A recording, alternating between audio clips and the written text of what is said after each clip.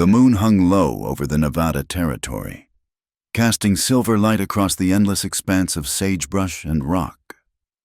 Abigail pressed her palm against the rough wooden wall of the storage shed, listening to the drunken laughter from the main building of the Silver Camp. Her heart hammered against her ribs as she waited for the sounds to fade. 3 months she'd been trapped here. 3 months since they'd taken everything, her dignity, her freedom, her hope of ever seeing civilization again. The camp foreman, Josiah Blackwood, had made her life a living hell since the day she'd arrived. After her husband Thomas died in the mine explosion, she'd had nowhere else to go. The company had offered her work in the camp kitchen, but it was a trap. They paid her in company scrip, useless anywhere but the camp store where prices were triple what they should be. When she'd tried to leave, Blackwood had claimed she owed more than she'd earned. Now she was little more than a prisoner, working 18-hour days under his cruel watch. Tonight had been the final straw. Blackwood had cornered her in the kitchen, reeking of whiskey and tobacco. When she'd fought back, he'd struck her hard across the face, splitting her lip. Then came the accusation: silver ore missing from the counting house. She'd never been near the place, but that didn't matter. Come morning, they'd lock her in the camp jail, and God only knew what would happen then. Abigail touched the swollen side of her face, wincing at the sharp pain. She had to run, now. She'd prepared as best she could over the past weeks, hiding away bits of hardtack and dried beans in a cloth sack, filling a canteen whenever she could. It wasn't much, but it would have to do. The nearest town was 40 miles east across the Badlands, a journey that would kill most men, let alone a woman alone.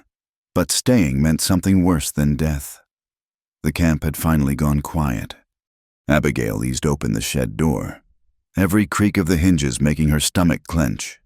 The night air hit her like a slap, cold and sharp with the promise of winter coming. October in the high desert was unforgiving, temperatures plummeting as soon as the sun disappeared. She moved like a shadow between the buildings, her worn boots silent on the packed earth. The stable was her first stop.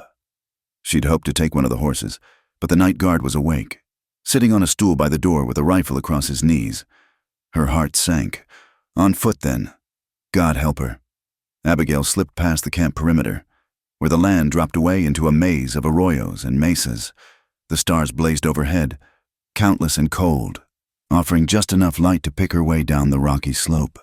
Every sound made her freeze: the skitter of a lizard, the distant howl of a coyote, the whisper of wind through the sparse juniper trees. By the time she reached the bottom of the valley, her dress was torn in 3 places, and her hands were scraped raw from grabbing at rocks to keep from falling. She paused to catch her breath, looking back at the camp lights flickering like fireflies on the ridge above. How long before they discovered she was gone? Hours? Minutes? She pushed on, following what she thought was an old Indian trail heading east. The landscape was alien in the darkness. Familiar landmarks transformed into looming shadows. The cold seeped through her thin wool dress and shawl, making her teeth chatter. She'd known it would be cold, but this was something else entirely, a bone-deep chill that seemed to drain the very life from her limbs. Miles passed in a blur of stumbling over rocks and struggling through sandy washes. Her water was already half gone, panic making her drink more than she should. The mountains rose around her like sleeping giants, their peaks catching the starlight. Somewhere out there was the road to Carson City, but finding it in this maze would be like finding a needle in a haystack. Then the wind began to pick up. At first, it was just stronger gusts that made her pull her shawl tighter, but within minutes, it had become something monstrous. The sand rose from the desert floor in writhing sheets, stinging her face and filling her nose and mouth. A sandstorm, the kind that could last for days and bury a person where they stood. Abigail stumbled forward, one arm raised to shield her face, the other stretched out to feel for obstacles. The world had become a howling wall of sand and darkness. She couldn't see more than a foot in front of her. Direction became meaningless. All that mattered was finding shelter. Her shin struck something hard, a rock outcropping. She felt along it desperately, searching for an overhang, a cave, anything. The wind tried to tear her away, sand filling her ears and coating her throat. She was coughing now, choking on the desert itself. There, a depression in the rock face. Not quite a cave, but deep enough to offer some protection. She wedged herself into it, pulling her skirts over her head and curling into a ball. The storm raged on, hour after hour, until she lost all sense of time. Her water was gone, drunk in desperate gulps to clear the sand from her throat. The cold was forgotten now, replaced by a different kind of suffering. When the wind finally began to die, the eastern sky showed the faintest hint of dawn. Abigail crawled from her shelter, every joint stiff and aching. She was covered head to toe in fine sand, her hair matted with it, her dress now the same color as the desert floor. The landscape had been transformed. Familiar ridges were gone, buried under new dunes. The trail she'd been following had vanished completely. She stood on shaking legs, turning in a slow circle. Every direction looked the same, endless waves of sand and rock beneath a sky growing pale with dawn. Panic rose in her throat. She was lost, completely, utterly lost. The sun climbed higher, and with it came the heat. What had been bitter cold just hours before now became an oven. Abigail stumbled forward, choosing a direction at random. Her lips were already cracked and bleeding, her tongue swollen with thirst. The empty canteen banged against her hip with each step, a cruel reminder of her desperate situation. By midday, she could barely walk. The sun beat down mercilessly, waves of heat rising from the sand to create shimmering mirages. She thought she saw water, a clear stream running between cottonwood trees, but when she staggered toward it, there was only more sand and rock. Her strength was failing. Black spots danced at the edges of her vision. She fell to her knees beside a dry creek bed, the rock still holding some coolness from the night. Maybe if she rested, just for a moment, but she knew if she stopped now, she'd never get up again. Blackwood would send riders out looking for her. They'd find her body, dried and mummified by the desert sun, and laugh about the fool woman who thought she could escape. No. She forced herself to her feet, using a weathered stick of driftwood as a cane. One step, another. The creek bed might lead somewhere, to water, to shade, to salvation. She followed it, her world shrinking to the next rock, the next breath, the next impossible step. The sun was sinking toward the western mountains when she finally collapsed. Her legs simply gave out, dropping her hard onto the sandy creek bottom. She tried to rise but couldn't make her muscles obey. This was it, then. This was how Abigail Morrison would die. Not in a bed surrounded by grandchildren, not even in that hellish camp, but alone in a nameless canyon under a pitiless sky. She lay on her side, watching the shadows grow long across the ancient stones. At least she'd die free. That was something, wasn't it? Better than whatever Blackwood had planned for her. The last thing she saw before darkness claimed her was the moon rising over the canyon wall, the same moon that had watched her escape, now bearing witness to her end. It painted the rocks in shades of silver and bone, beautiful and cold as death itself. The elk tracks were fresh, no more than an hour old. Noka crouched in the sand, studying the deep impressions left by the bull's massive hooves. A big one, probably 600 pounds or more, enough meat to feed many families through the coming winter months. He'd been tracking the herd for 2 days now, following them through the canyon lands toward the high meadows where they grazed at night. But something else caught his attention. Marks that didn't belong. There, cutting across the elk trail, were different tracks, smaller, stumbling, human. The stride was uneven, sometimes dragging, and he could see where the person had fallen more than once. Boot prints, not moccasins. A white person. Then, and in trouble by the look of it, Noka straightened, torn between following his prey and investigating these strange tracks. The elk were important. His people needed the meat, the hide, the bones for tools. But his grandmother had taught him that the Creator often put people in each other's paths for a reason. To ignore someone in need was to ignore the Spirit's calling. He made his decision. The elk would have to wait. Following the stumbling trail was easy. Too easy. Whoever had made these tracks had been in no condition to hide their passage. Torn fabric caught on thorns. Handprints in the dust where they'd fallen and struggled to rise. Spots of blood on the pale rocks. The trail led down into a dry creek bed, winding between walls of red sandstone painted silver by the rising moon. That's when he saw her. At first, Noka thought she was dead. The woman lay crumpled on her side, so still that not even her chest seemed to move. Sand covered her from head to foot, making her look like part of the landscape itself. Only the unnatural angle of her body and the torn blue fabric of her dress marked her as human. He approached carefully, rifle ready. It could be a trap. White soldiers sometimes used such tactics to draw out warriors, but as he drew closer, he could see this was no deception. The woman's face was burned red by the sun, her lips cracked and bleeding. Her hands were scraped raw, fingernails torn from clawing at rocks. She'd fought hard to survive. Noka knelt beside her, setting his rifle within easy reach.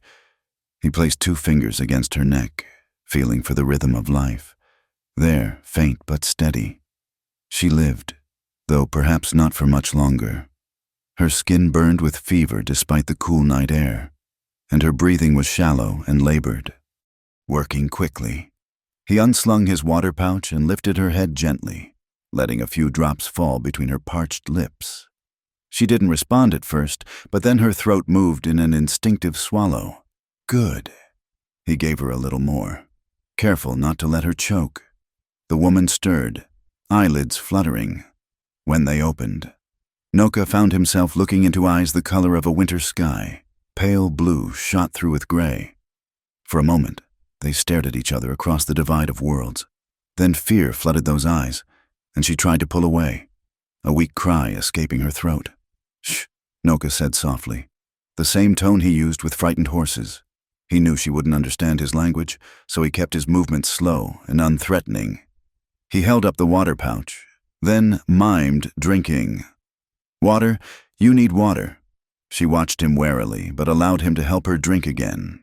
This time she managed several swallows before coughing. The coughing fit seemed to drain what little strength she had, and she sagged back against his arm. Noka assessed the situation quickly. She needed shelter, warmth, and care that he couldn't provide here in this canyon. His temporary camp was 2 miles up in the foothills, a hard journey carrying dead weight. But he'd managed worse. The question was whether she'd survive the trip. Only one way to find out. He fashioned a travois from cottonwood branches and his blanket, working by moonlight. The woman drifted in and out of consciousness, sometimes mumbling words he didn't understand. Once, she opened her eyes fully and watched him work, her expression unreadable. When the travois was ready, he lifted her onto it as gently as possible. She weighed less than he'd expected, her body wasted by whatever ordeal had brought her here. He covered her with his coat, then began the long pull up the canyon. The next 2 hours tested his endurance. The travois caught on rocks and roots, forcing him to lift and maneuver it over obstacles. Sweat ran down his back despite the cool air. Several times he had to stop and check that she still breathed, giving her more water when she could take it. His camp sat on a shelf of rock overlooking the valley, sheltered by an overhang and a stand of piñon pines. It wasn't much, a fire pit, his bedroll, supplies cached in the rocks, but it would serve. He'd chosen the spot for its defensive position and the small spring that seeped from the cliff face, creating a pool of clear water. By the time he got her there, the moon had traveled halfway across the sky. He built up the fire first, needing light to work by. Then he carried her to his bedroll, trying not to think about how improper this would seem to both their peoples. Propriety mattered less than saving a life. Her dress was torn in so many places it barely held together. Beneath it, her skin showed the brutal evidence of her journey, scratches, bruises, cactus spines embedded in her arms and legs. Her feet were the worst, blistered and bleeding through what remained of her boots. Noka heated water in his small pot and began the slow work of cleaning her wounds. He picked out the cactus spines with his knife point, washed the cuts with sage tea, applied poultices of crushed yarrow and pine pitch to the worst injuries. His grandmother had taught him the healing ways, though he'd never expected to use them on a white woman. She woke fully only once during his ministrations. Her eyes flew open as he was wrapping her blistered feet, and she jerked away with a cry of fear. Noka held up his empty hands, speaking in the calmest voice he could manage. "I'm trying to help. You're safe here." She stared at him, wild-eyed, then seemed to register the bandages, the fire, the cup of tea steaming beside her. Some of the panic faded, replaced by confusion. She tried to speak, but only a hoarse whisper emerged. Noka offered her the tea, willow bark for fever and pain. She looked suspicious, but drank it, her hands shaking so badly he had to steady the cup. When it was empty, she lay back, exhaustion winning over fear. "Thank you," she whispered, the words barely audible. Then her eyes closed again. Through the rest of the night, Noka kept vigil. He fed the fire, checked her breathing, applied cool cloths to her fevered skin. Several times she cried out in her sleep, speaking rapid words in English. He caught fragments. "Please, no." "Can't go back." That painted a picture of fear and desperation. As dawn approached, painting the eastern sky in shades of rose and gold, her fever finally broke. Sweat beaded on her forehead, and her breathing deepened into true sleep rather than unconsciousness. Noka allowed himself a moment of relief. She would live. He studied her face in the growing light. Even beneath the sunburn and scratches, he could see she had probably been beautiful once. Her hair, where it wasn't matted with sand, showed hints of honey gold. Her hands, despite the recent damage, had the softness of someone unused to hard labor. What had driven such a woman into the desert alone? The sun climbed higher, warming the rocks and bringing out the lizards to bask. Noka prepared a simple breakfast, pemmican, dried berries. More tea. He'd have to hunt soon to replenish his supplies, but that could wait. First, he needed to decide what to do with this unexpected responsibility. His people's camp lay 3 days to the north, but taking her there would cause problems. Many still harbored anger toward the whites who had taken their lands, killed their families. Some might see her as an enemy, regardless of her condition. Yet he couldn't simply leave her here, and taking her to a white settlement would be equally dangerous. For him, the woman stirred, pulling him from his thoughts. This time, when her eyes opened, they were clearer, more focused. She looked around slowly, taking in the camp, the landscape beyond, and finally, Noka himself. He saw the moment she truly understood her situation, alone with a Cheyenne warrior, miles from any white settlement, but instead of fear, something else crossed her face. Resolution, perhaps, or simply the recognition that she had no choice but to trust him. She struggled to sit up, wincing at the movement. "Water?" she asked, her voice still rough. He helped her drink, then offered her some of the pemmican. She looked at it uncertainly but took a small bite. Her face showed surprise. Apparently, she'd expected it to taste worse. They sat in silence as the morning unfolded around them.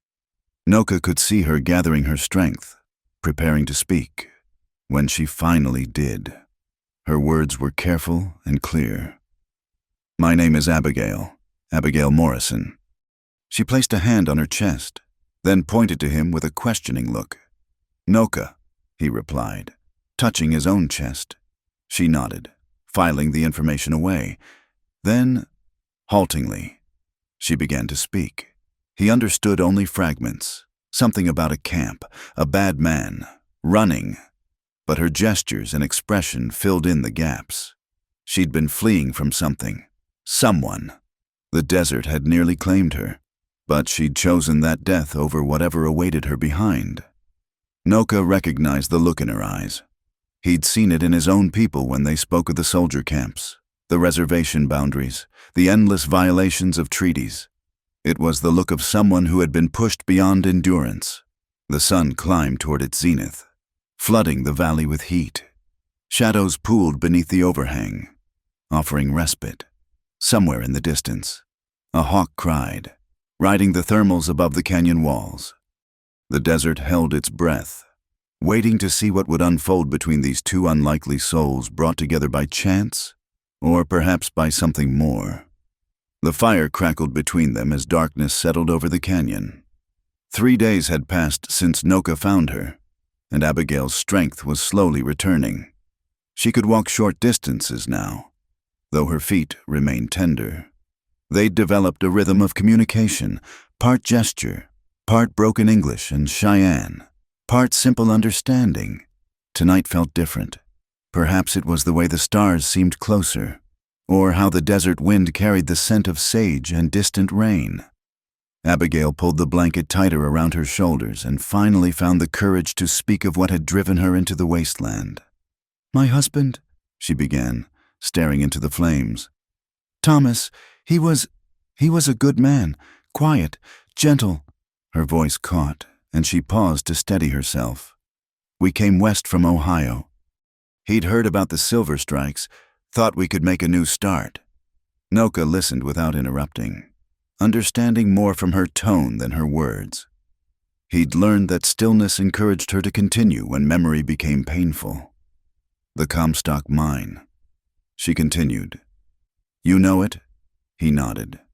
Everyone knew of the great silver mines that had torn open the earth and brought thousands of whites flooding into the territory. "Thomas got work there, dangerous work. But the pay," she laughed bitterly. "The pay was supposed to change everything.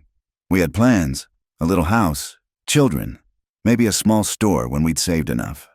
She picked up a stick and poked at the fire, sending sparks spiraling upward.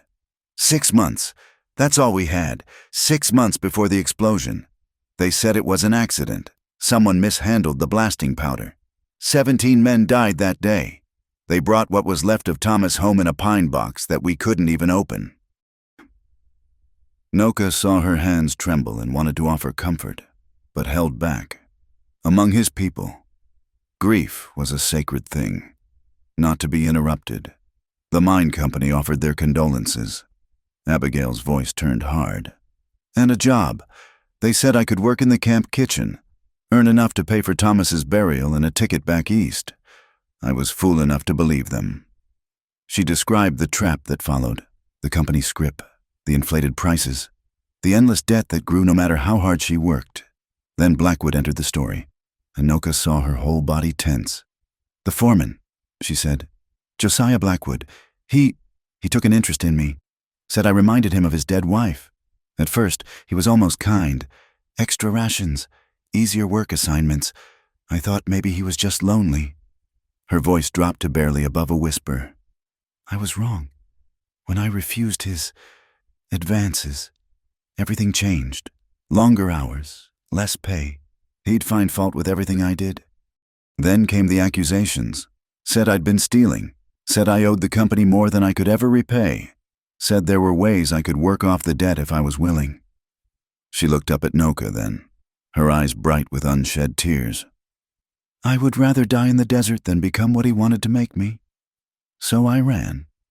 The silence stretched between them, filled only by the pop of burning wood and the distant call of a coyote. "Finally," Noka spoke, his English careful and measured. "You are brave," he said. "Many would not have the strength." "Brave?" Abigail laughed, but there was no humor in it. "I was terrified. I'm still terrified. Fear and brave." Noka searched for the words.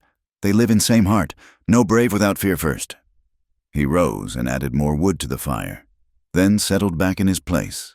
The movement seemed to signal his own willingness to share, and Abigail waited, sensing the shift. "My people," he began, then stopped, reorganizing his thoughts into the unfamiliar language. "Cheyenne. You know this name?" She nodded. Everyone had heard of the Cheyenne, though most of what whites knew came from sensationalized newspaper accounts and dime novels. "We were not always here," Noka continued.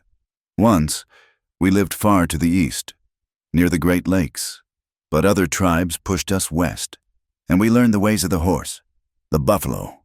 We became strong." He picked up a handful of sand, letting it run through his fingers. "Then white men came. First, just a few. Traders. We traded with them. Some were good men. Some took Cheyenne wives. We thought we could live together. His voice hardened. We were wrong. More came, always more. They wanted the land, the gold in the hills, the buffalo gone so we would starve. They made treaties, then broke them. Sand Creek, you know this name? Abigail shook her head. 1864, November, cold morning. Colonel Chivington came with soldiers to a peaceful camp. Black Kettle, our chief, flew the American flag. He had been promised protection. Noka's hands clenched. They killed everyone. Women, children, babies. My mother's sister died there. Her children, too. The horror of it hung between them. Abigail found herself reaching out instinctively, then stopped, uncertain if touch would be welcome. Noka saw the gesture and something in his expression softened. After that, everything changed. Some fought, some tried for peace. Both ways led to same place, reservations, cages for people who once rode free as wind. But you're not on a reservation, Abigail observed. A ghost of a smile crossed his face. Some of us still resist. We live in the old ways, hidden, moving always.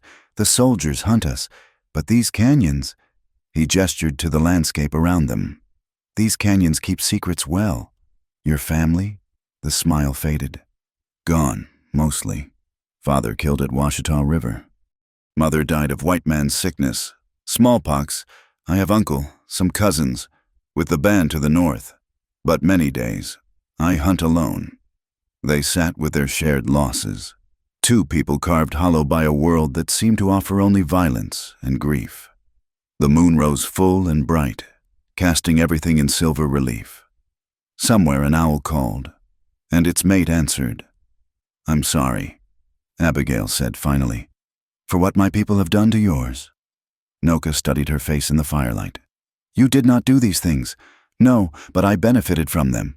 The land Thomas and I lived on. The mine he worked, all of it taken from someone else.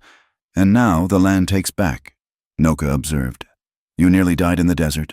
The earth does not care about skin color when it chooses who lives and dies, as if to emphasize his point. A sudden gust of wind swept through the camp, making the fire dance wildly. Abigail shivered, and Noka noticed how the fever had returned to her cheeks, how her hands trembled despite the warmth. You are still sick, he said, rising. Need more medicine. He prepared another cup of willow bark tea, adding herbs his grandmother had taught him. Echinacea for infection, elderflower for fever. As he worked, Abigail watched, noting the careful precision of his movements, the gentle way he handled the dried plants. When he brought her the tea, she caught his hand. Thank you, she said. Not just for this, for everything. For not leaving me to die. For listening. For sharing your own pain. Their eyes met and held. In that moment, something shifted between them. A recognition of kindred spirits, perhaps, or simply the acknowledgement that they were no longer strangers. Noka felt it like a physical thing, a warmth that had nothing to do with the fire. But with that warmth came danger. He pulled his hand back gently. Drink, he said. You need strength. As she sipped the tea, he checked her bandages, frowning at the heat radiating from her skin. The fever was worse than he'd thought. He'd been treating the symptoms, but perhaps there was infection deeper than he could see. Abigail, he said, and she looked up at the serious tone. You burn with fever. Getting worse, not better. Fear flashed in her eyes. I feel it, she admitted, like fire under my skin. Noka moved closer, pressing the back of his hand to her forehead. Then her cheek. She was burning up, her skin dry and hot. He'd seen this before. Infection taking hold, spreading through the body like poison. Your skin burns like fire. Let me cool it, he murmured, reaching for the water-soaked cloth, as he placed the cool fabric on her forehead. Abigail caught his wrist again. If I don't make it, you will make it, he said firmly. But if I don't, I want you to know, I'm glad it was you who found me. Glad I got to know even this little bit about you and your people. Glad I'm not dying alone. Noka's throat tightened. He covered her hand with his. You will not die. I will not allow it, she smiled weakly. So commanding, like you can order death away. I have fought death before, he said, for people who mattered less than you. The words hung in the air between them, carrying more weight than he'd intended. Abigail's eyes widened slightly, but before she could respond, another wave of fever shook her, and she curled into herself, shivering despite the heat consuming her. Noka worked through the night, bathing her burning skin with cool water, forcing sips of medicine between her cracked lips. He sang the healing songs his grandmother had taught him, low chants that seemed to harmonize with the desert wind. When she cried out in delirium, calling for Thomas, for her mother, for people long gone, he held her hand and anchored her to the world of the living. As dawn approached, painting the canyon walls in shades of rose and gold, the fever finally broke. Abigail's skin grew damp with sweat, and her breathing eased into natural sleep. Noka sagged with relief and exhaustion.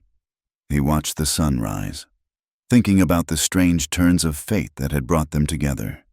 A Cheyenne warrior and a white widow, both refugees from different kinds of violence, finding unexpected comfort in shared pain and tentative trust.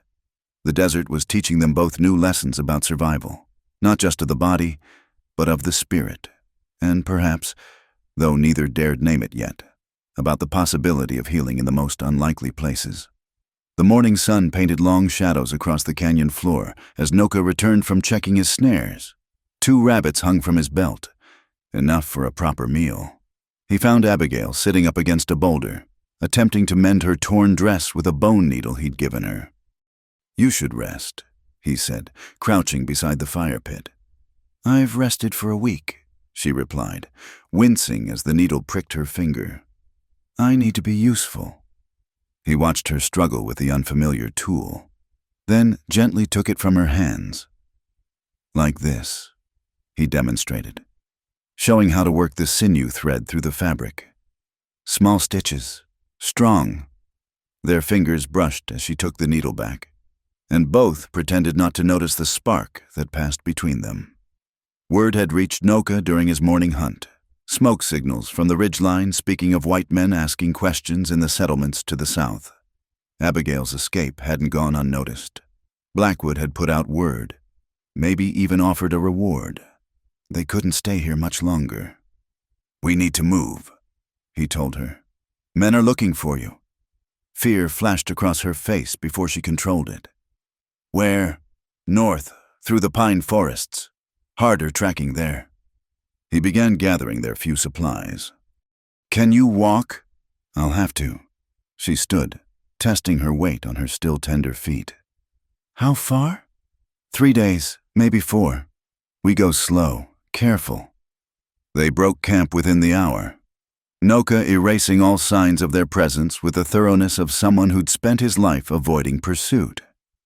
Abigail watched him scatter the fire pit stones, brush away footprints, and redistribute the disturbed earth until it looked as though no one had ever been there. The trail he chose wound up through slick rock terraces toward the higher elevations. Pine trees began to appear, first as scattered sentinels, then gradually thickening into proper forest. The air grew cooler, scented with resin and the promise of afternoon rain. Abigail struggled at first, her body still weak from the ordeal, but she didn't complain, just set her jaw and kept moving. Noka found himself admiring her determination. He'd known warriors who would have given up by now. They rested at midday beside a small spring bubbling from the rocks.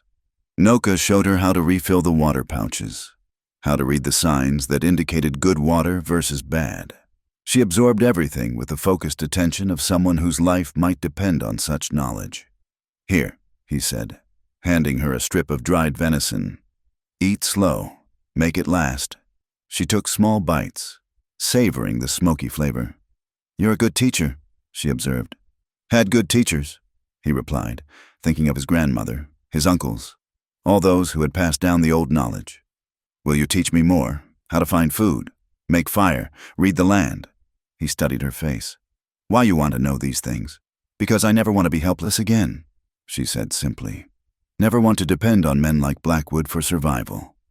He nodded slowly. "I teach you," But first, we must live through today. They pushed on through the afternoon, climbing steadily higher. The forest grew denser, filtering the sunlight into a green-gold haze.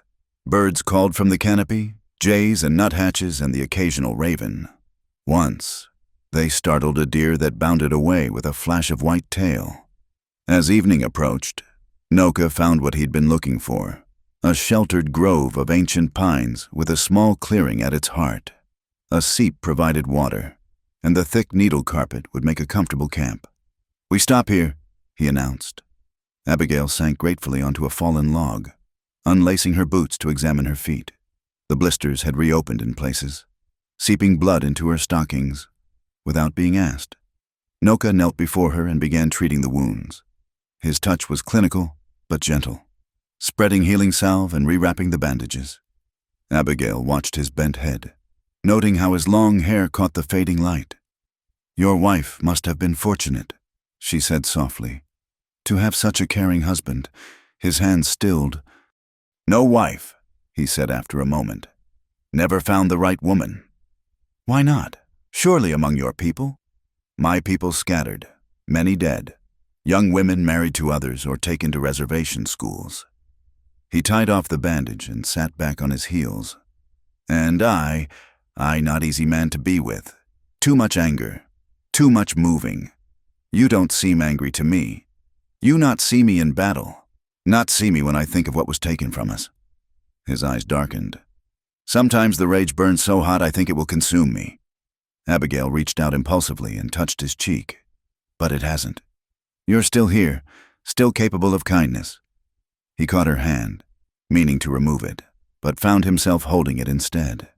Her skin was soft despite the recent hardships, her touch cool against his weathered face. "Abigail," he said, her name a warning. "I know," she whispered. "I know all the reasons why not. Your people and mine, the danger, the impossibility of it. But Noka, when you found me in that canyon, I was ready to die.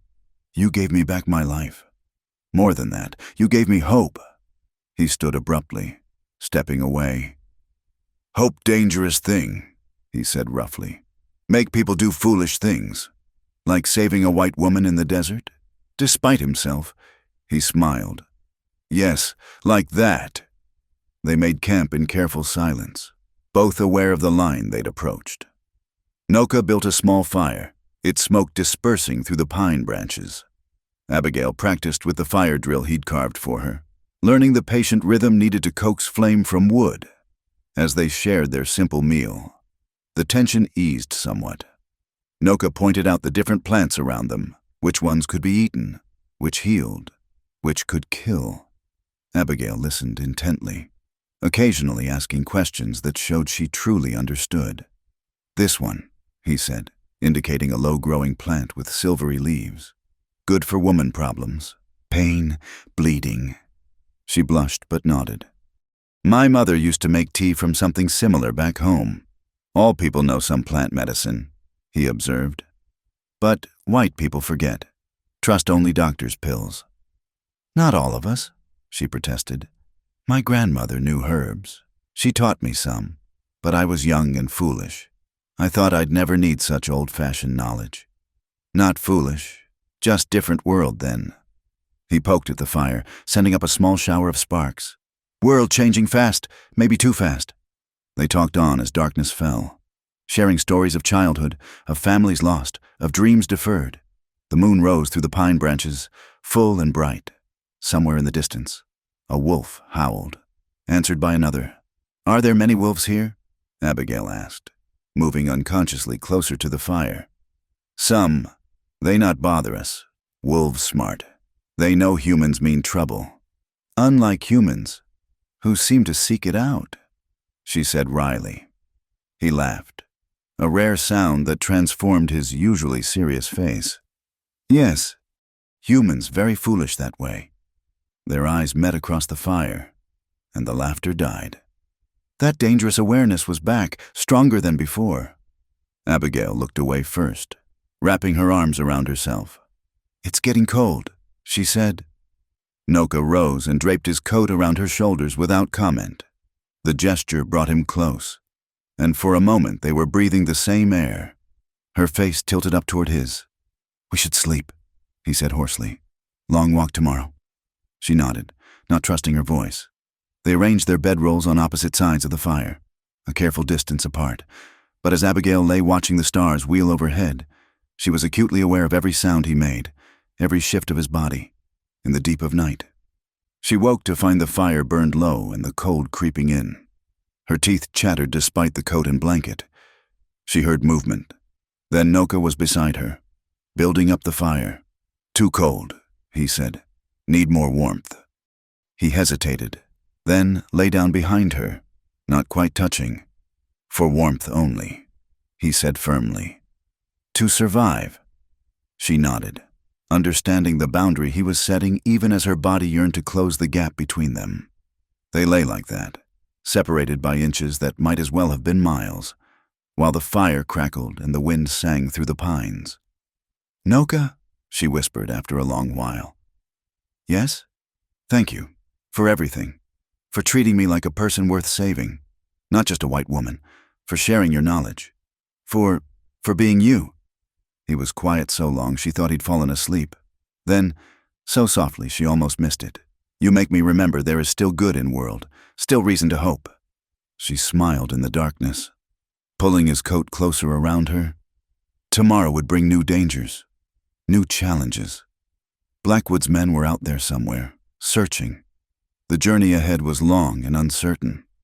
But tonight, in this small circle of firelight with the vast wilderness around them, they had found something precious. Understanding. Connection. The first fragile shoots of something that might grow into more. If they survived, if the world would let them, the wolf howled again. Closer now, and Abigail felt Noka shift protectively behind her. Whatever came, they would face it together. For now, that was enough. The crack of a rifle shot shattered the morning stillness. Bark exploded from the pine tree inches from Abigail's head as she dropped to the ground, her heart hammering. Noka was already moving, pulling her behind a cluster of boulders as another shot whined overhead. "Stay down," he hissed, unsling his rifle and peering around the rock. Well, a voice echoed across the canyon. "Looks like we found our runaway and her Indian friend." Abigail recognized the gravelly tone. Jake Thornton, one of Blackwood's men, which meant the others wouldn't be far behind. Her mouth went dry with fear. "5 men," Noka whispered, his trained eye picking out positions. "Spread out, trying to flank us." "Mrs. Morrison," Thornton called out. "Mister, Blackwood's mighty worried about you. Says you took something that belongs to the company. Why don't you come on out peaceful-like? We'll take you back safe and sound." "Liar," Abigail breathed. She knew what awaited her if they took her back, a mockery of a trial. Then prison or worse. Noka squeezed her shoulder. "When I start shooting, you run, that way." He pointed to a narrow ravine that cut through the rocks. "Don't stop, don't look back. I won't leave you. You will." His eyes were fierce. "This my fight now too. Go!" He rose and fired in one smooth motion. A cry of pain rewarded his shot. Then the morning erupted in gunfire. Noka moved like smoke, firing and displacing, drawing their attention. Abigail ran. The ravine was choked with the loose stone that slid treacherously under her feet. Behind her, the shooting intensified. The crack of rifles, men shouting, Noka's war cry rising above it all. She stumbled, caught herself, kept going. The ravine opened onto a wider canyon painted in bands of red and gold by the rising sun. Abigail paused, gasping, unsure which way to go. Then she heard it. Horses, coming fast. She scrambled up a talus slope, seeking higher ground. There she is! 2 riders burst from the ravine mouth. Abigail recognized them, brothers, Ed and William Cray, brutal men who did Blackwood's dirty work. They spurred their horses up the slope after her. The rocks grew larger, more jumbled. Abigail squeezed between 2 massive boulders. Hearing the horses blow and stumble behind her, the men cursed, dismounting to follow on foot. She emerged onto a narrow ledge that skirted the canyon wall. One side dropped away into empty air, 100-foot fall onto jagged rocks. The other pressed against smooth sandstone, no choice but to edge along it. Nowhere to run now. Missy? Ed Cray appeared at the ledge's beginning, grinning. His brother flanked him, both men moving carefully onto the narrow path. Abigail backed away, acutely aware of the drop beside her. Her boot knocked a stone loose. She didn't hear it hit bottom. "Careful now," Williams said, as if talking to a spooked horse. "Wouldn't want you to fall. Mr. Blackwood wants you back in one piece." They were 20 feet away. 15, 10. A figure dropped from above like a striking hawk. Noka crashed into Ed Cray, both men slamming into the canyon wall. Ed's gun went spinning into the void. They grappled on the narrow ledge, each trying to throw the other off. William raised his pistol, trying to get a clear shot at Noka. Abigail didn't think. She launched herself at him, grabbing for the gun. They struggled, teetering dangerously close to the edge. The gun went off, the sound deafening. Stone chips flew from the wall. William was stronger, forcing her back. One more step and she'd be over the edge. His face twisted with effort and rage. Then his expression changed to surprise. He looked down at the knife handle protruding from his ribs, Noka's thrown blade finding its mark. William's grip loosened. He swayed, then toppled backward into empty space, his scream cut short by the rocks below. Abigail pressed herself against the wall, shaking. Noka stood over Ed Cray's motionless form, breathing hard. Blood ran from a cut on his cheek. "You hurt?" he asked. She shook her head, not trusting her voice. "Come, others will have heard shots." They retrieved what they could: Ed's rifle, ammunition, a canteen, then climbed. The ledge led to a series of natural steps in the rock face. By the time they reached the top, Abigail's legs trembled with exhaustion. The mesa top stretched before them, dotted with juniper and pinon. In the distance, dust plumes marked where the other hunters searched. Too many to fight. "We need horses," Noka said. "Can't outrun them on foot." As if in answer, they heard neighing from below. The Cray brothers' mounts had stayed near the canyon mouth, trained to wait. Noka studied the terrain with a hunter's eye. "Wait here," he said, then vanished over the edge. Abigail crouched behind a juniper, watching the dust plumes draw closer. Every nerve screamed at her to run, but she trusted Noka. Long minutes passed. Then she heard horses approaching from below. Noka appeared, leading both animals. One was a sturdy bay, the other a paint mare with intelligent eyes. He'd also retrieved saddlebags and bedrolls, supplies they desperately needed. "Can you ride?" he asked. "Yes," Thomas had taught her, back when they'd had dreams of their own ranch. They mounted quickly. Noka led them north at a ground-eating lope, choosing rocky ground that would leave few tracks. The horses were fresh, well-trained, a stroke of luck in their favor. They rode hard through the morning, stopping only to water the horses at hidden springs Noka knew. The landscape changed around them, mesas giving way to deeper canyons, the red rock darkening to purple and brown. Storm clouds gathered on the horizon. By afternoon, they'd put miles between themselves and their pursuers. Noka called a halt in a box canyon with high walls and only one entrance, defensible if they were found. "Rest," he said, helping Abigail dismount. "Horses need it. You too." She sank onto a flat rock, only now feeling the full weight of exhaustion. Her hands shook as she accepted the canteen. "I killed a man," she said quietly. I grabbed the gun, and we fought, and you threw the knife, but I helped kill him." Noka crouched before her. "He would have killed you, killed me. No shame in surviving." "I know, it's just—" She met his eyes. "I'm not the same person who ran from that camp." That Abigail would have fainted at the sight of blood, would have waited for someone else to save her. "You saved yourself," he corrected. "I just helped." Thunder rumbled overhead. The storm clouds had darkened. Pregnant with rain, wind gusted through the canyon, bringing the scent of moisture. "This good," Noka said, studying the sky. "Rain will wash away tracks.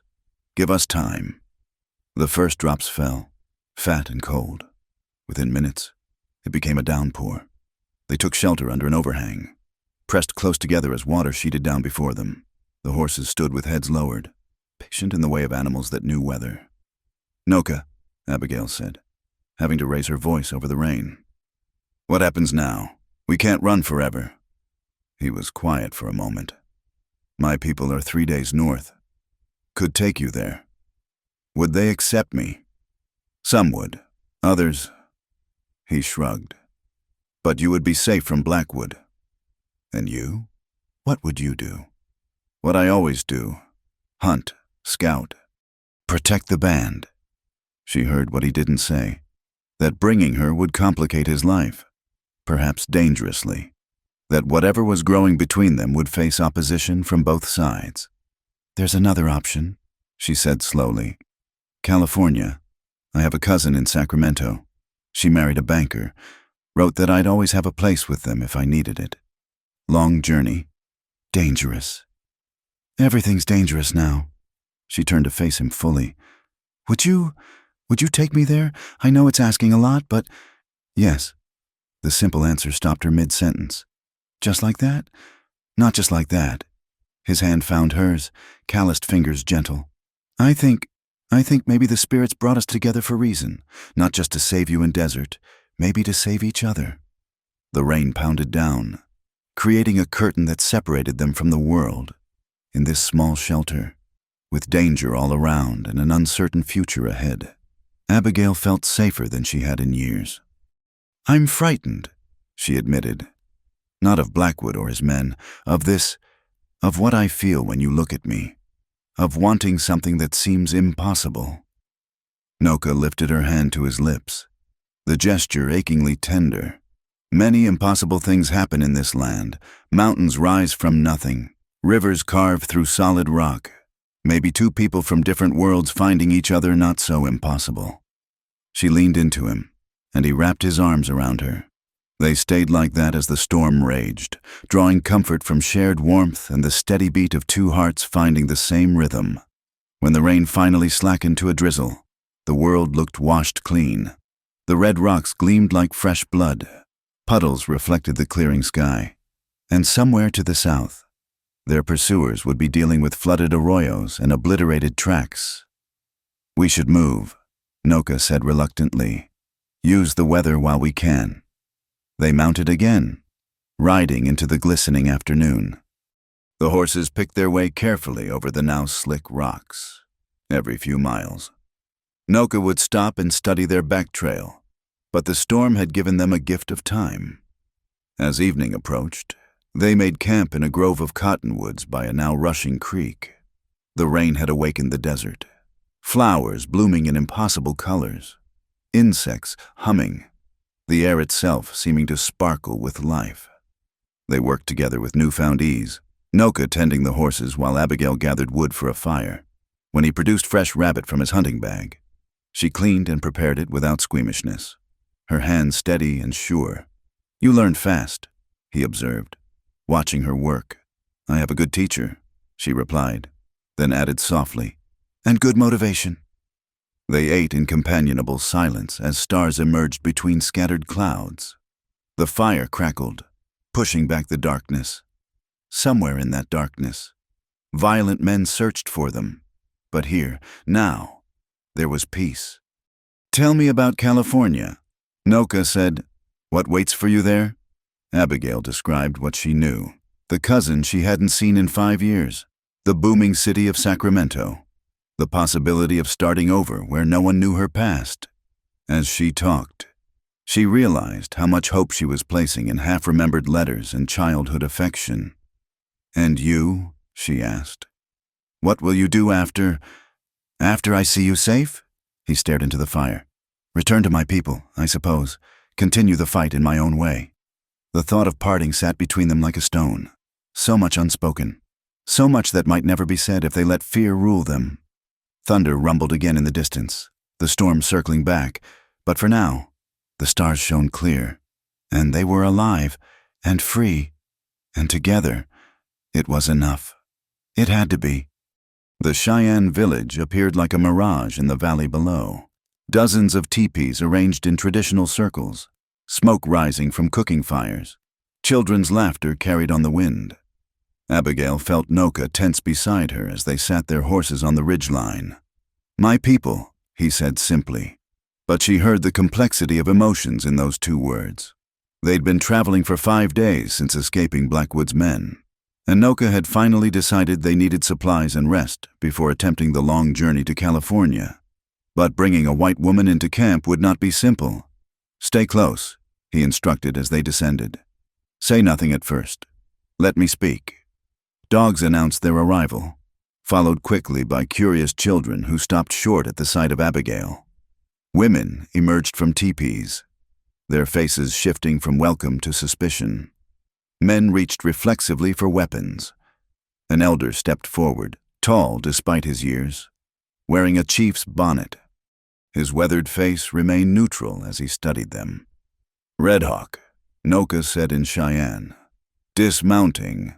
"Uncle?" They spoke rapidly in their own language. Abigail caught her name several times, saw Red Hawk's eyes flick toward her with increasing skepticism. Other members of the band gathered, forming a loose circle. She felt their stares like physical weight.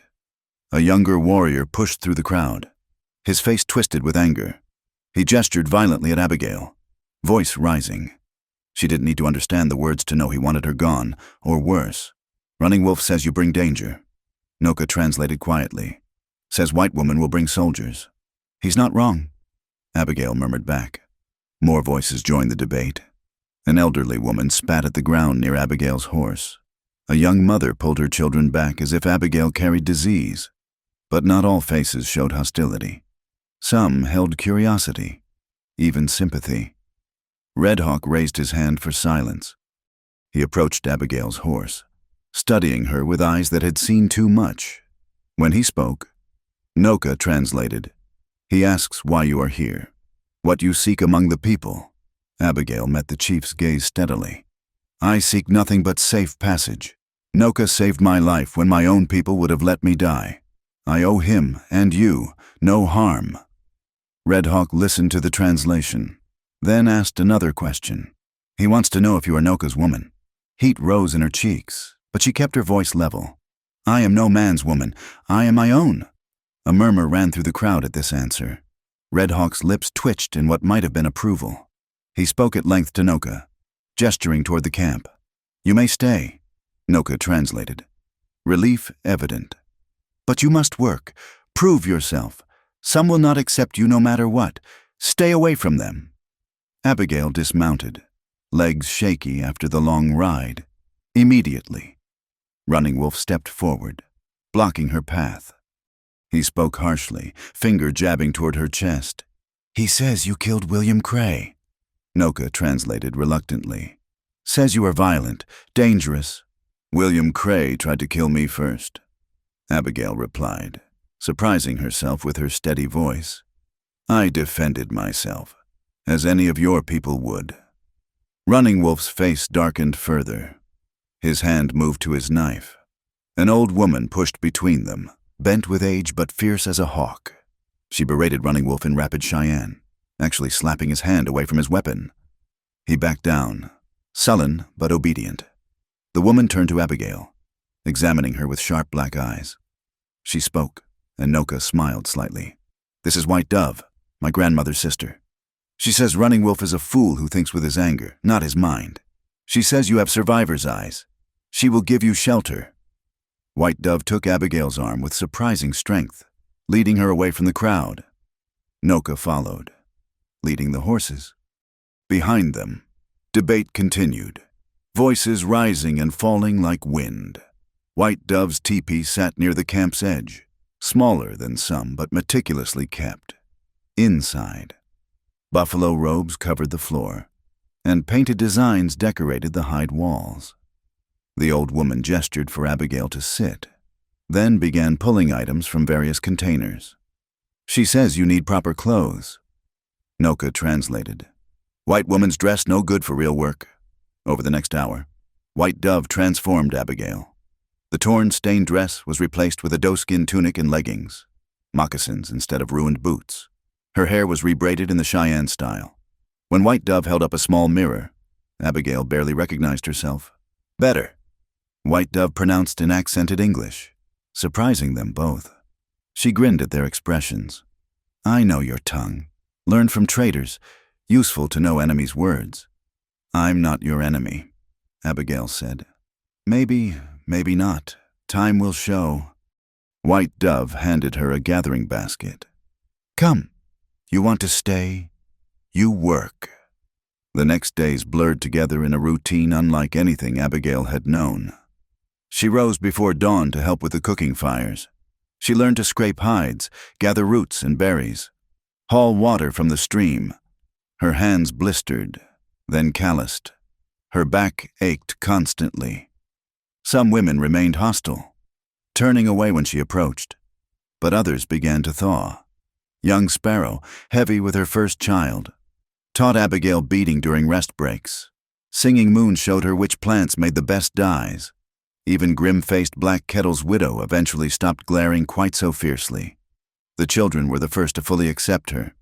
They followed her around, giggling at her clumsy Cheyenne words, teaching her their games.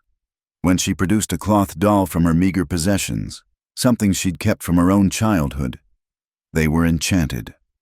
But it was the evening Noka was injured that truly shifted perceptions. He'd been hunting with other warriors when they encountered a wounded bear. The animal charged, and though they killed it, not before its claws raked Noka's shoulder and chest. They carried him back barely conscious, blood soaking through makeshift bandages. Abigail was grinding corn when the commotion erupted. She dropped everything and ran to where they'd laid him in White Dove's teepee. The wounds were deep, angry. "Let me help," she said, pushing past protesting voices. "I've tended wounds before." Her hands moved with remembered skill, cleaning, stitching, applying poultices White Dove prepared. She worked through the night, monitoring his fever, forcing willow bark tea between his lips when he'd take it.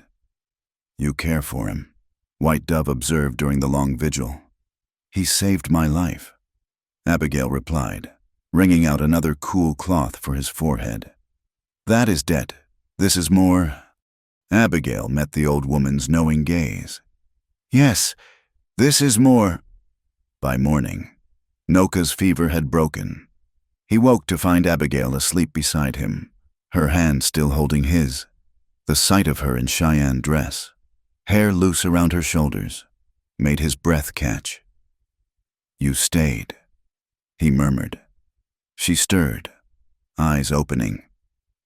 "Where else would I be?" Word spread quickly through the camp. The white woman had sat vigil all night, had helped save Noka's life. It didn't erase all suspicion, but it shifted something fundamental. She'd proven she could give as well as take. Even Running Wolf seemed somewhat mollified, though he still watched her with distrust. As Noka recovered, Abigail continued integrating into camp life. She helped with the fall buffalo hunt preparations, learned to process meat for winter storage, even attempted to tan her first hide, badly to much good-natured laughter. But they both knew this couldn't last. Word came from scouts. Soldiers were asking questions in nearby settlements. Blackwood had likely reported her kidnapped by Indians. Giving the army excuse to raid, the camp would need to move soon, deeper into hiding. One evening, as the first snow dusted the mountains, Red Hawk called Abigail to his teepee. Noka accompanied her, translating. "You have proven yourself." The chief said, "Some still do not trust, but you have shown courage, willingness to work, respect for our ways. You could stay, if you wished, become one of us." Abigail felt the weight of the offer. Safety, community, a chance to disappear completely from her old life. She looked at Noka, saw her own conflict reflected in his eyes. "I am honored," she said carefully. "But my presence brings danger to your people. The soldiers search for me. If they find me here." Red Hawk nodded gravely. "This is true, but danger comes regardless. We are used to being hunted." "There's something else," Abigail continued. "I have family in California. They think I'm dead, I need to let them know I survived, that I'm alive. And after, when you reach this family." She glanced at Noka again. "I don't know. I only know I can't hide forever, and I won't be the excuse for violence against your people." Red Hawk was quiet for a long moment. Then, "You speak wisdom. The path between our peoples is soaked in blood. Perhaps one day it will not be so, but that day is not today." He reached into a pouch and withdrew something, a small silver medallion on a leather cord. "This was my son's. He died at Sand Creek. Take it. If you meet other bands, show them this. They will know you are under our protection." Abigail's throat tightened as she accepted the gift. "I won't forget your kindness. Any of you." Outside the teepee, snow fell more heavily. The camp prepared for winter and for movement. And in White Dove's teepee, two people who'd found each other against all odds prepared for another journey, knowing that each mile toward California was a mile toward an uncertain future. But first, there was tonight. There was Noka's hand finding hers in the firelight. There was White Dove's knowing smile as she conspicuously left them alone. There was the sound of snow hitting the teepee walls and the warmth of being, for this moment, exactly where they belonged. Tomorrow would bring its own challenges.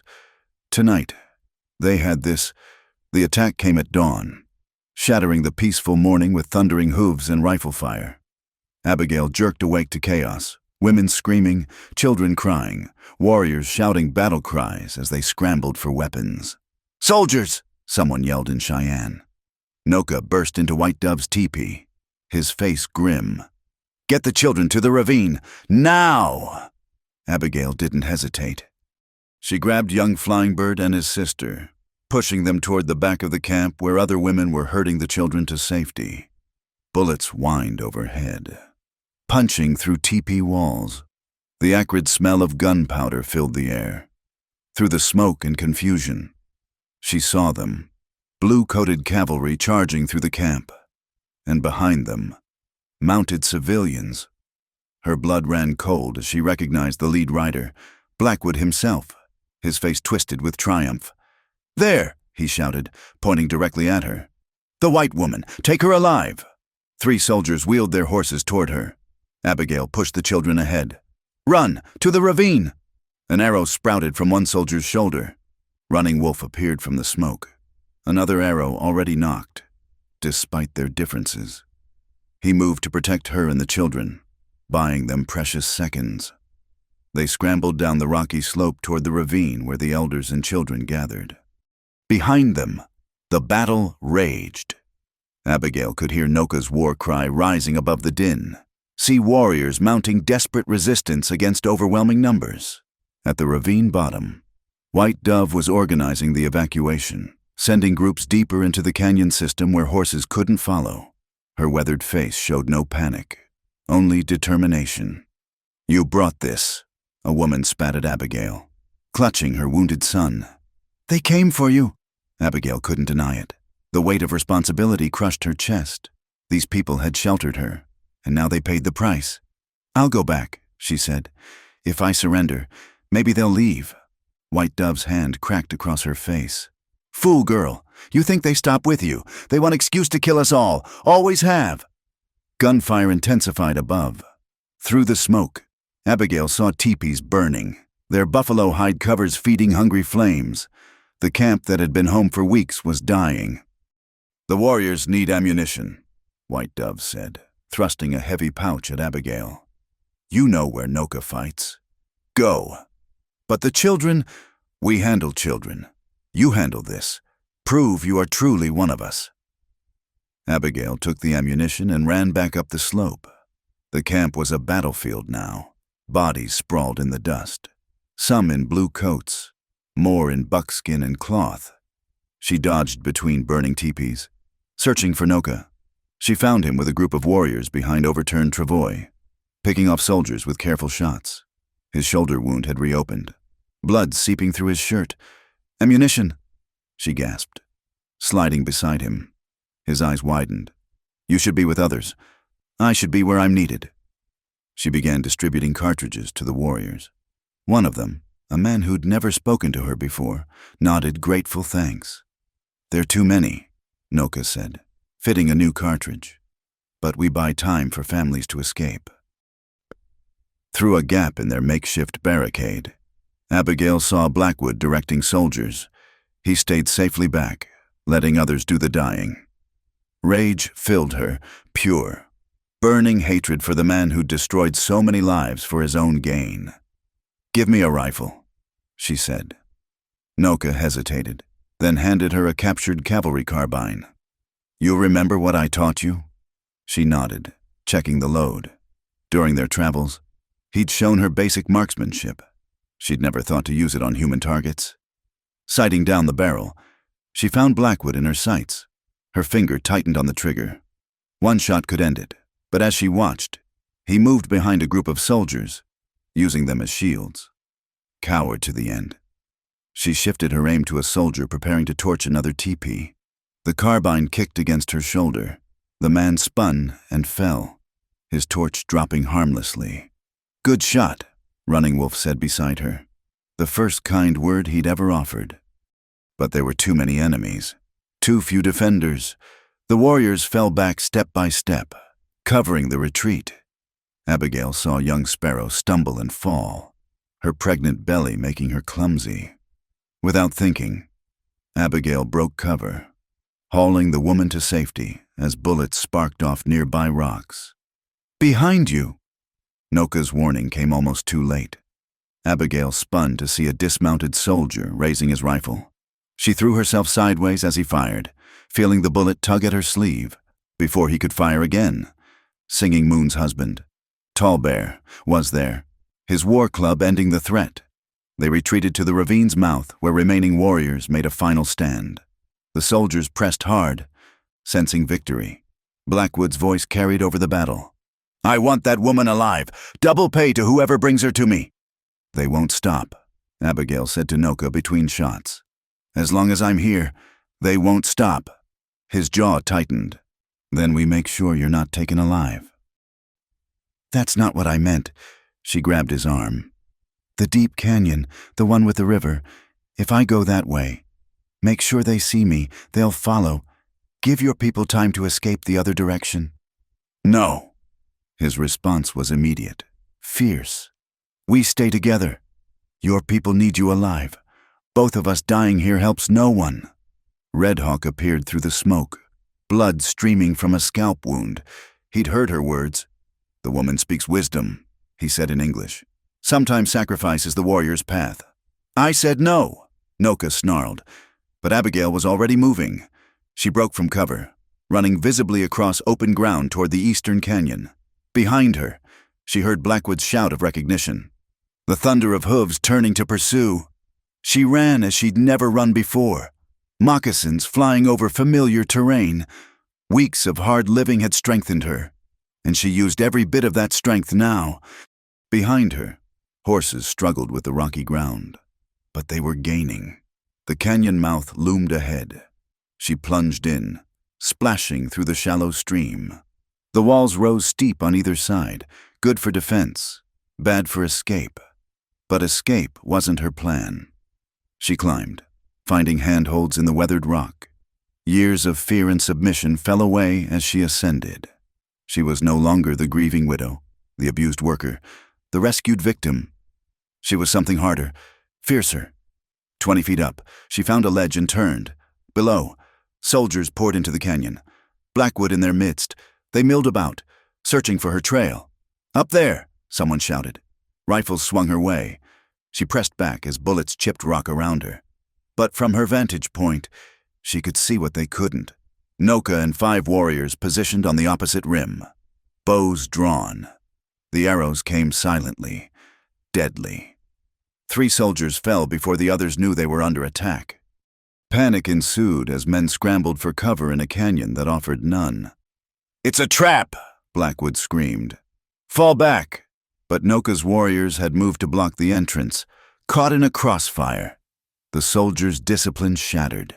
Some tried to climb the walls, others pressed against rocks, firing wildly.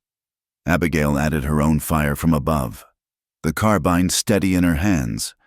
She saw Blackwood trying to rally his men, and this time, She didn't hesitate. The shot took him high in the chest, spinning him into the stream. He struggled to rise, blood spreading across his shirt. Their eyes met across the distance. Predator turned prey. All his cruel power reduced to nothing. She could have felt pity. She didn't. His second shot finished what the first had started. The remaining soldiers threw down their weapons, hands raised in surrender. The sudden silence felt strange after so much noise. Smoke drifted from the burning camp, visible above the canyon walls. Noka appeared on her ledge as if materialized from air. Without words, he pulled her close, and she felt him trembling with relief, exhaustion, or something else. She couldn't tell. "It's over," she whispered. "No," he said softly. "Now it truly begins. They'll send more soldiers, many more. My people must flee far, maybe to Canada. And you. I know." The momentary triumph faded. She'd only postponed the inevitable. "I have to leave. Tonight. Before they connect me to this." They climbed down to find Red Hawk directing the prisoner's binding. The chief looked older, diminished by loss and the knowledge of what must come. "How many?" Abigail asked, dreading the answer. 12 warriors, 3 women, 1 child. Each name was a weight, but most escaped. You gave us that." She wanted to say it wasn't enough, that she was sorry, that she'd never meant for this to happen. But Red Hawk raised his hand. "You fought as one of us, killed to protect us. Whatever debt existed is paid." He looked between her and Noka. "Both of you must go. Far from here. Together or apart. But go." The rest of the day passed in grim necessity. The dead were prepared for burial. The wounded tended. Salvageable goods gathered. As darkness fell, the decimated band prepared to move north, seeking safety and distance. Abigail stood with Noka at the edge of what had been the camp. Smoke still rose from blackened teepee poles. The cheerful village transformed into a battlefield. Tomorrow, soldiers would find Blackwood's body and the story would spread. A massacre.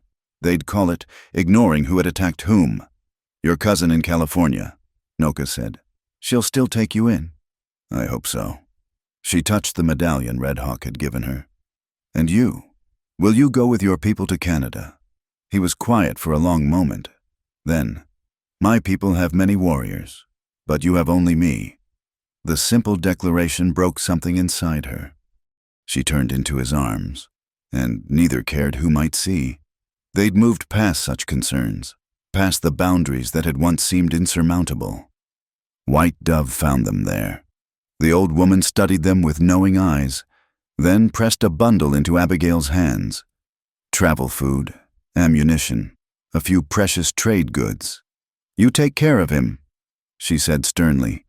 "He's foolish about you. Make him eat, rest, and you." She turned to Noka. "You remember she's stronger than she looks. Don't coddle. She's proven herself."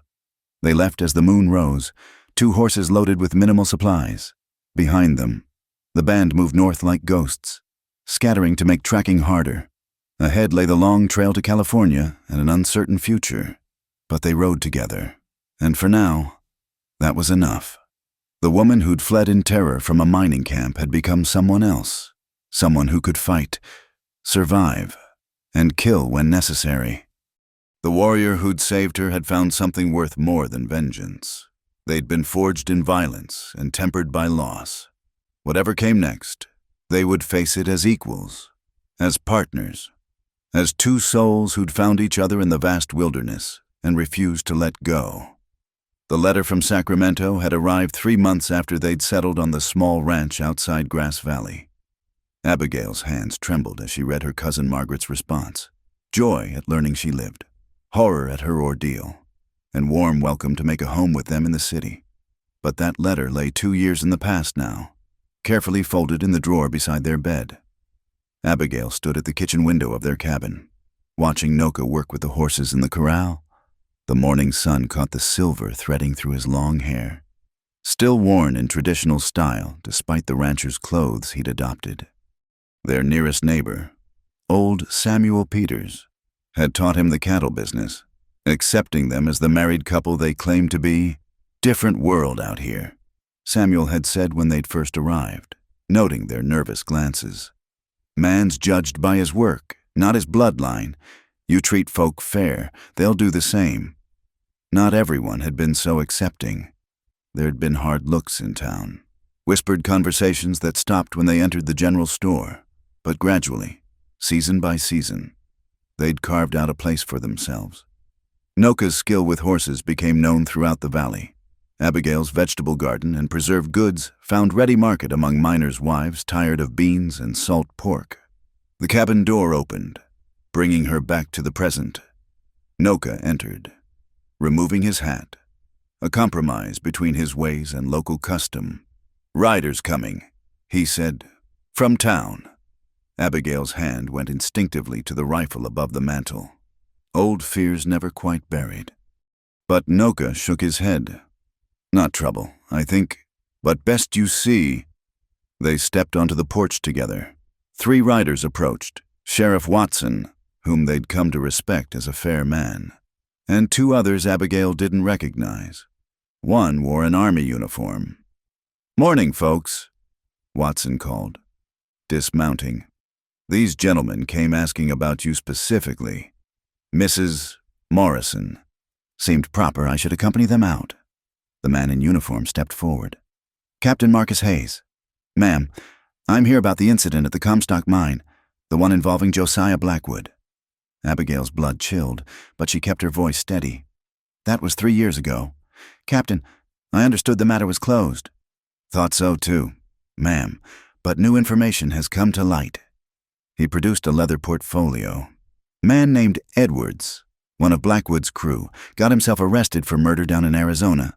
Trying to save his neck, he confessed to all sorts of things, including how Blackwood falsified company records, stole from workers, and," he paused, "committed various crimes against the women in the camp." The third man, wearing a city suit despite the rural setting, spoke up. "Theodore Vance, ma'am, attorney for the mining company. We've been investigating Edwards's claims, found evidence supporting everything he said. The company owes you significant compensation." Abigail felt Noka's presence solid beside her, his hand finding hers. "I don't want your money," she said. "I just want to be left in peace." "Understandable," Captain Hayes said, "but there's also the matter of clearing your name. You're listed as a fugitive who allegedly stole from the company and," he glanced at Noka, "was kidnapped by hostile Indians. We'd like to correct the record." Sheriff Watson spoke up. "Told them you've been model citizens here. Whatever happened in the past, the Morrisons I know are good people." They invited the men inside, serving coffee while reviewing documents. The evidence was damning. Blackwood had systematically robbed workers, falsified death certificates to claim wages, and worse, the company, facing public scandal, was eager to settle quietly. "There's a substantial sum owed to your late husband's account," Vance explained, "plus damages for what you endured, enough to," he looked around the modest cabin, "improve your circumstances considerably." Abigail exchanged glances with Noka. They'd built this life with their own hands, every board and shingle a testament to their survival. Did they want more?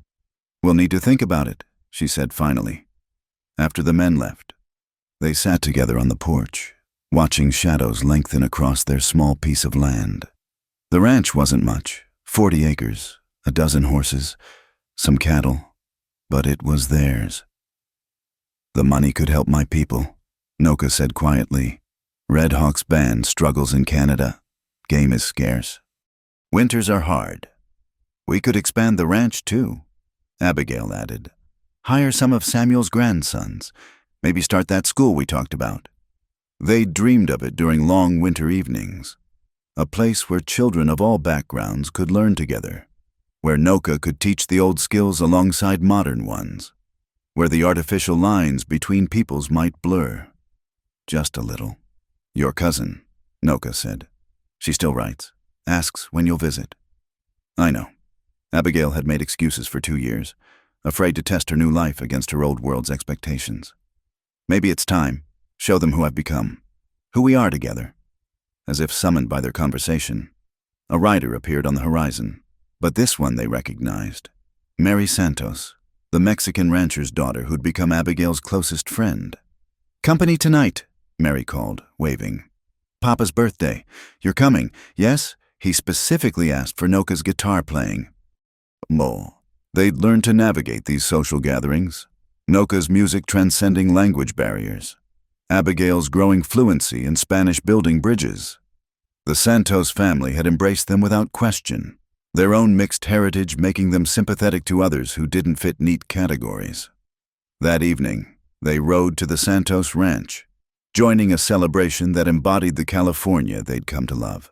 Mexican vaqueros, Chinese railroad workers turned farmers, former slaves seeking new lives, European immigrants, and yes, even a Cheyenne warrior and his white wife, all bound together by shared struggles and cautious hope. Noka played his guitar, old Cheyenne melodies adapted to Spanish strings. Abigail danced with Maria's children, teaching them songs White Dove had taught her, when old Santos raised a toast. To family, both born and chosen, every glass lifted high, later, riding home under a canopy of stars. Abigail reflected on the journey that had brought them here. The woman who'd fled the mining camp in terror would barely recognize herself now, confident on horseback, quick with a rifle, able to read the land like Noka had taught her. But more than skills, she'd found strength she never knew existed. "I want to accept the settlement," she said suddenly. "Use it to help your people, start the school, maybe even help other women escape situations like mine." Noka nodded slowly. "And your cousin?" "We'll visit. Show her that happiness comes in forms she might not expect." She smiled. "Besides, I want to buy you a proper suit. See how handsome you look all dressed up for city folk." He laughed, the sound still rare enough to be treasured. "Only if you wear the dress White Dove made. Show them real beauty." They created their cabin as dawn approached, the familiar walls welcoming them home. In the east, golden light painted the mountains they'd crossed to reach this place.